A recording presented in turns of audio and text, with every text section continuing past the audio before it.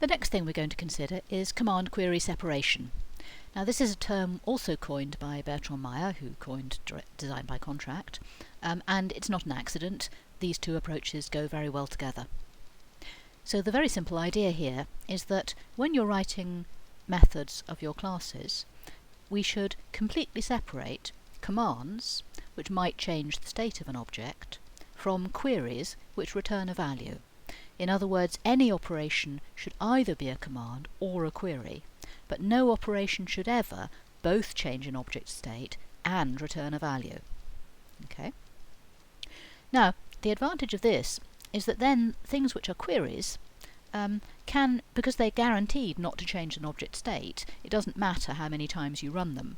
And that means that they can be freely used in contracts. You don't have to worry about, running the operation, in other words, checking the contract, actually changing a thing. In UML, there's a standard property which can be applied to an operation, query, and that indicates that they guarantee not to change anything, and it's having that property which makes it legal to use an operation in a constraint. So this fits with that. A thing to notice is that the value here comes from the fact that queries do not change an object state. Okay? It doesn't really matter whether a command does or does not return a value. On the other hand, following this separation strictly so that commands never return values is easy to do, but as we'll see, it has a disadvantage as well. So you might want to follow the modified version of a command query separation, in which you just say there are some queries which do not return, there are some queries which do not change an object state. Okay, so in order to talk about that, we first need to talk about the law of Demeter. And this at first sight is rather a strange thing. So it lays down conditions under which it is okay for an object to send messages to another object as part of its response to a message. Okay, so this is constraining you if you are writing the method M within the class of an object O. Okay, so what we're saying is, when you want to send messages to invoke methods within your implementation of method M, it is fine to send a message to the object itself, okay, to this. It's fine to send a message to an object which was an argument to this message. It's fine to send a message to an object which this object creates, as in this very method, as part of its reaction to M. And it's fine to send a message to an object which is directly accessible from this object, in other words, using the values of attributes of this object. Okay. What's missing from this list? If we were live, I would ask you what was missing from this list, but we'll see in a moment. No, we'll see right now. In particular, O should not send a message to an object which is acquired by sending another message. Okay, so we shouldn't go something like my P, suppose that's an object which is referred to by an attribute of O, and send it a message get thing. That's perfectly fine up to the get thing. Okay, that is point 4 being used there. But what we shouldn't then do is take the object which results from that and send it a message. Okay, because that's neither one. That's not 1, 2, 3, or 4. It violates the law of Demeter. Okay. And so you'll sometimes see the law of Demeter referred to as the one dot rule, okay, because it's trying to rule out code like that. However, that's not really very accurate, because it's perfectly possible to violate the law of Demeter without having more than one dot on a line. All you have to do is to split the message calls as shown on those 2 lines there. More interestingly, sometimes you have code which does have more than one dot on a line, and it doesn't violate the law of Demeter. And the classic example is if you are sending a second message to an object that was returned from a first message, but the object that was returned was in fact already accessible. For example, perhaps it's the same object that you sent the first message to. So what you have to do is to think about the rationale behind the law of Demeter in order to understand it, rather than at the mechanics, because if you understand what it's doing, you'll find that much easier than having to remember those 4 points and apply them mechanically, and also you won't fall prey to the shorthand of thinking of it as the one dot rule. So what are we trying to do? What we're trying to do is to avoid indirect dependencies of one class on another.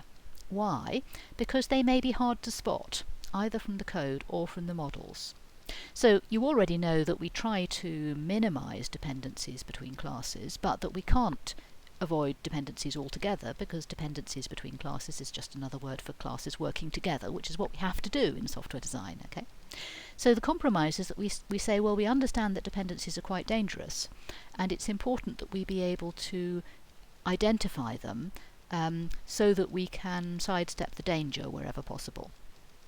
And the kind of thing I'm talking about is, suppose that we have some class B, say, and it changes. Well, one of the things I want to know is which classes, A, for example, maybe A1, A2, A3, which classes depend on B, okay? Because those are the classes that I have to carefully check in order to see whether the change I made to B has done any harm or not. Okay? Now, if it's easy for me to tell which classes depend on B, then that's merely tedious. I just have to do it. But if I can't tell which classes depend on B, then it's dangerous, because I don't even know which classes I have to check. Okay? So the law of Demeter is trying to make it obvious which classes depend on one another. If you write your code so that you obey the law of Demeter, it will be more obvious. Okay? And that's an example there in the next paragraph, which you can read. Do I want to read it out? No, I've already said it. You can pause the video and read it if you wish to. Okay, now here's an example. I've said name slightly changed to protect the guilty. This is mildly adapted from a real design situation which really bit me back when I was a professional developer. Sadly these days that's probably before most of you were born, but there you go. Anyway, so we were working in a setting where it had been made clear to us that we had to limit the use of associations that gave that were navigable in both directions, like the one at the top of the diagram there, between everything controller and job controller, because, it had been explained to us, that makes two classes dependent on one another, and that's a particularly bad kind of coupling in your system. And so the people who designed this were quite proud of themselves for having only one two-way navigable association in the class diagram, which was more complicated than this, but I'm extracting the relevant parts. So what's going on here? The idea here is that we have a bunch of job controllers, and each job controller controls some jobs. Okay, so given a job, there's a unique job controller that controls it. And there's a single everything controller which controls, among other things, all the job controllers. Okay. However, it sometimes turned out that an individual job needed to know which job controller was controlling it in order to send the job controller a message. Okay. But because the designers were so proud of only having one two-dimensional, I keep saying two-dimensional, only having one two-way navigable association, they didn't want to make that association between job and job controller also be two-way navigable. Okay. So instead, what did they decide to do? They decided to allow job, which could already contact everything controller for other reasons, to get hold of its job controller by inventing this extra operation getJC that took a job and returned a job controller, and adding that as an operation of everything controller. Okay, so what would happen would be, if I was writing some job code and I wanted to send my job controller a message, what I would do is I would go to the everything controller, this was a singleton in fact, so I would go to the everything controller and I would invoke getJC with myself as argument, and that would return me a reference to my job controller. Okay, and then I would send my job controller a message. Okay, now unfortunately what that means is that job is exactly as dependent on the class job controller as it would have been if we had just made that association two-way navigable in the first place. Okay, and then we wouldn't have needed this separate getJC operation in everything controller. So it looks as though we've reduced coupling in the class diagram if you only do something as naive as count two-way navigable associations. But we haven't really done anything at all which is helpful. Now, what's the relevance of the law of Demeter? Well, that situation that I just described, where the job code would go to the everything controller and do getJC, and then having got the JC, the job controller reference would send a message to the job controller by using that job controller reference that had just been returned from the everything controller. That code violates the law of Demeter. So if we had been told, don't ever violate the law of Demeter, we wouldn't have been able to use this bad design. Okay, and that would have been an improvement. So I'm labouring this a bit, but that's just a real-world example of where the law of Demeter helps to avoid design problems. However, it mustn't be followed slavishly, and there are several situations where even a good design will disobey it. And as usual, we detect whether you're in a situation where it's reasonable to disobey the law of Demeter by understanding why we have the law of Demeter in the first place, which I hope you now do.